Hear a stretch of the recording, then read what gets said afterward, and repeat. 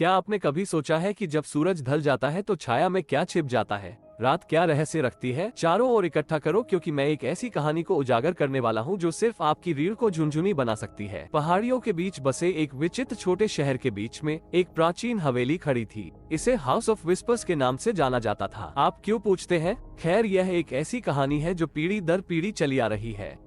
हवेली कभी समृद्ध लॉकवुड परिवार का घर था। पैट्रियार्क सर आर्थर लॉकवुड विज्ञान के एक व्यक्ति थे, हमेशा अजीब गैजेट्स और अजीबोगरीब गर्भनिरोधक के साथ छेड़छाड़ करते थे। उनकी पत्नी लेडी मार्गरेट लालित्य और अनुग्रह की महिला थी, जो अपनी आकर्षक सुंदरता के लिए जानी जाती थी। उनका एक छोटा बेटा था, छोटा टिम्मी, जो बिल्ली के बच्चे की तरह उत्सुक था। एक घातक रात सर आर्थर अपने तहखाने की प्रयोगशाला में एक प्रयोग में गहराई से तल्लीन थे। वो एक घड़ी पर काम कर रहा था, एक घड़ी जो समय के प्रवाह को नियंत्रित कर सकती थी। अपने जुनून से प्रभावित होकर वो बाहर तूफान को नोटिस करने में विफल रहा। बिजली के एक बोल्ट ने हवेली को घर और घड़ी के माध्यम से बिजली का उछाल भेजा। घर हिल गया, रोशनी टिमटिमा गई और फिर मौन। अगली सुबह शहरवासियों ने हवेली को सुनसान पाया।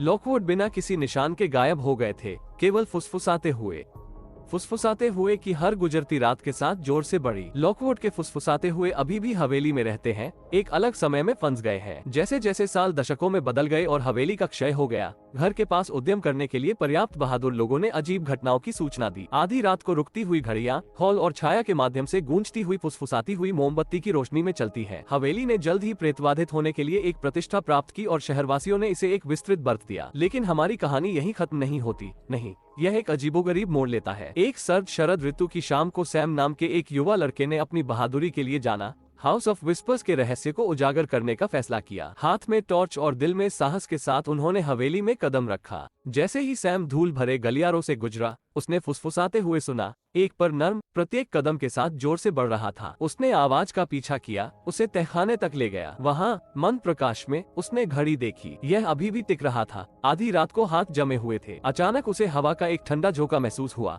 और एक कानाफूसी ने उसके कान को पीछे धकेल दिया, समय के हाथों को वापस कर दिया। सैम अपने सभी साहस को बुलाते हुए बाहर पहुंचा और घड़ी के हाथों को बदल दिया के रूप में वो किया था। घर कपकपी, फुसफुसाते हुए एक तेज करने के लिए गुलाब और फिर मौन। जब सैम ने अपनी आंखें खोली तो उसने खुद को हवेली के बाहर पाया। सूरज उग रहा था, पक्षी चहक रहे थे और वहाँ पोर्च पर लॉकवुड खड़े थे, सुबह के सूरज की तरह असली। अपनी बहादुरी और जिज्ञासा में सैम ने लॉकवुड को उनकी कालातीत जेल से मुक्त कर दिया था। हवेली अब फुसफुसाहट का घर नहीं था, बल्कि हंसी और खुशी से भरा घर था। तो ये कहानी हमें क्या सिखाती है? ये हमें याद दिलाता है कि बहादुरी और जिज्ञासा असाधारण खोजों को जन्म दे सकती है। ये हमें दिखाता है कि कभी कभी जिन चीजों से हम डरते हैं, उन्हें बस गलत समझा जाता है। और सबसे महत्वपूर्ण बात, ये हमें बताता है कि हर कानाफूसी में एक कहानी होती है जिसे सुनने की प्रतीक्षा होती है। याद रखें, जब सूरज ढल जाता है और छाया नाचती है, तो डरो मत। रात के लिए झूठ कहानियों के दिल में कहा जा इंतजार कर रही है। तो अगली कहानी तक रात के फुसफुसाते हुए अपने कान खुले रखें। कौन जानता है, अगली कहानी बस कोने के आसपास गुप्त हो सकता है।